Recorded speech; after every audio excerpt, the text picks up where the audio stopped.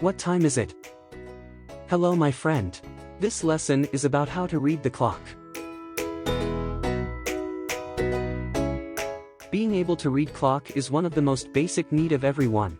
Let's see. It's 6 o'clock. 5 past 6. 10 past 6.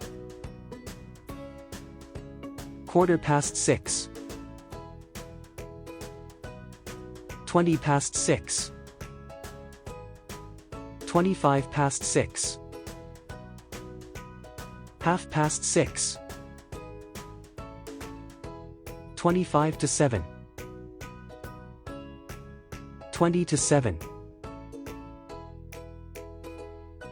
Quarter to 7. 10 to 7. 5 to 7. 7 o'clock. Thank you for watching.